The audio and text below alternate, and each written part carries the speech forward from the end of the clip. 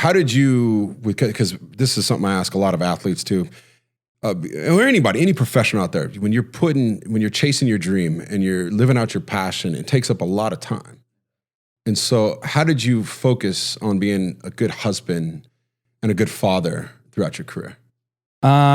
I think for me, again, I go by the examples of Jesus, but for me, it was just be present. When the game ends, don't bring the game home. When you're home, and you just, make sure that you give your wife the time that she needs.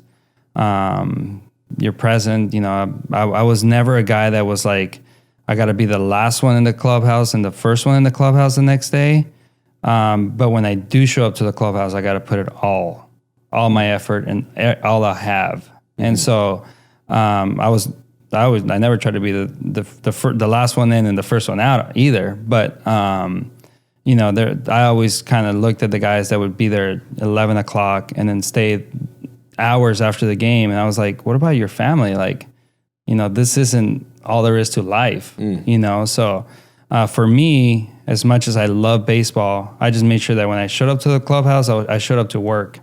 I didn't show up to just kind of hang around. I showed up to work, put in the work, put in everything I needed to do.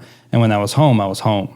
I wasn't still at the baseball field in my mind, Mm-hmm. And so to me, that was the biggest way to separate the two is just, be present wherever you are. Mm-hmm.